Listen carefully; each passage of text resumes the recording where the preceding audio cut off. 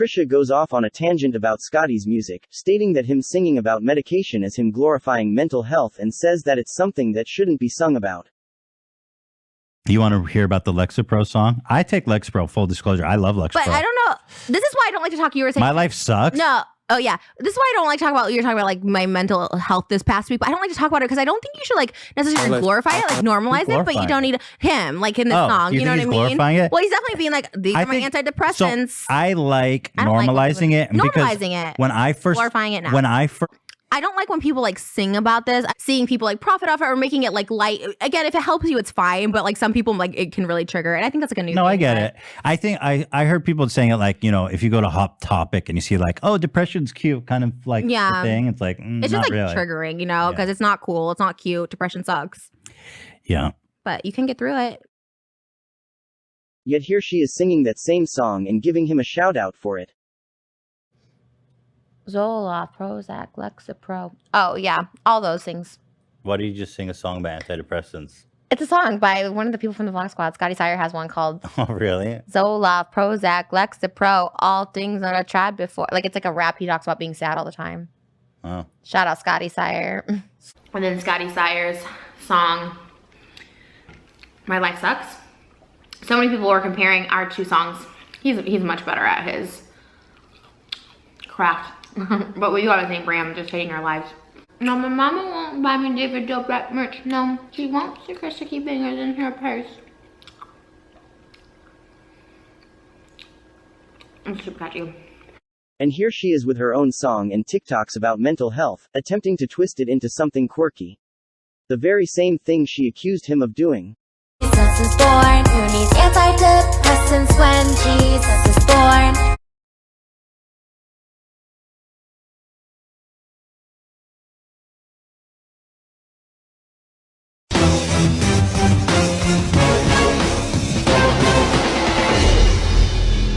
I'm asking for $1 million investment for 20% equity in my business.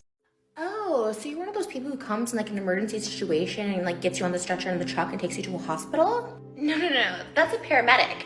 I'm a paranoid schizophrenic. And here she is mocking the DID community and admitting to making a mockery of it because she was upset with them. And no one's gonna tell me different. I called myself crazy. Trish calls me crazy. Trixie calls me crazy, but you know it works in our crazy system, okay? So like if you can't get over it, honey, then you have to get over YouTube, okay? And the minute people thought I was making a mockery of it, then I was like, okay, let me make a mockery of this. And let me just disassociate where I'm like, all of a sudden, like, I'm a little baby. Whatever people wanted to see, I made a mockery of it. Here she bashes his music, angrily stating that he has no talent. Well, you always say your music shit and his voice is awful. But here she was before praising it in depth. I just watched Scotty Sire's A Lonely Christmas. He's like such a good, he's like, of all the YouTubers, I think he's like the most like legitimately talented musician, writer, rapper. The way he raps is very difficult to write and like make that song. And here she is justifying his girlfriend receiving hate for his actions. And so I got a lot of comments that were very negative and death threats and oh my god, the death threats. It's okay, you know, negative comments about her. Right. And because you put her in every video, she doesn't even have to be there. You know, that's true. It's like she's in every vlog. And she has her own channel. And people were calling you really horrible names. Because she was liking tweets defending him, including stuff about me. So okay, so stupid. My girlfriend's getting hate. Don't put her in your video that you're apologizing. When I'm doing an apology video, Mo's not sitting next to me. But made it clear in the past that she hated when a YouTuber's loved ones received hate for a YouTuber's actions.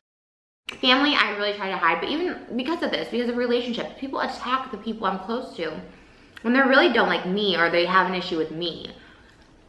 And even cried about her boyfriend Moses receiving backlash for her actions. You are ruining people's lives. Moses' work is getting things that he's a fucking And here she is angrily condemning Scott for doing drugs in the same house that Jason's kids lived in. Including Scott. Haven't you already gone all the way off? Scott how about you doing drugs and having sex while Jason's kids are in your house? They all live together. And here we go. We're going drugs and have Zane, Todd, you guys bring girls home while Jason's kids are right next to you, bedroom next to each other. Jason's down here, and Todd and Jason's son and daughter are right here, and Todd's banging girls. Yet she drove a car into the house where Jason's kids lived in while she was high on meth and tells the story as if it's a quirky tale for TikTok. I got high on meth on my birthday, demanded he talk to me, and when he said he wasn't going to see me on my birthday and go to sleep, I drove over to his house, super high, crashed into his house, banged on all the doors, jumped into his pool naked, kicked and screamed through every window of the house. He got so scared after 3 hours, he left, and I chased him in my car to follow him. She acts as if her biggest issue with Scott is the fact that he did not believe that Seth was a victim of SA and was angry that he would ever place doubt on an SA victim story.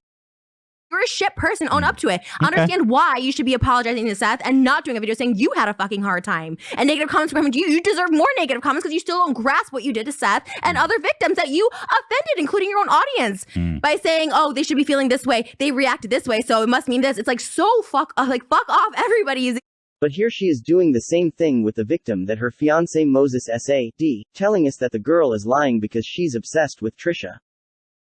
Moses' work is getting things like he's a fucking It's fucking crazy with someone who was shown that she's obsessed with me, and I'm just like, I can't. She's done everything that she has accused Scott of doing, but wants you to believe that he's a villain while she's a victim.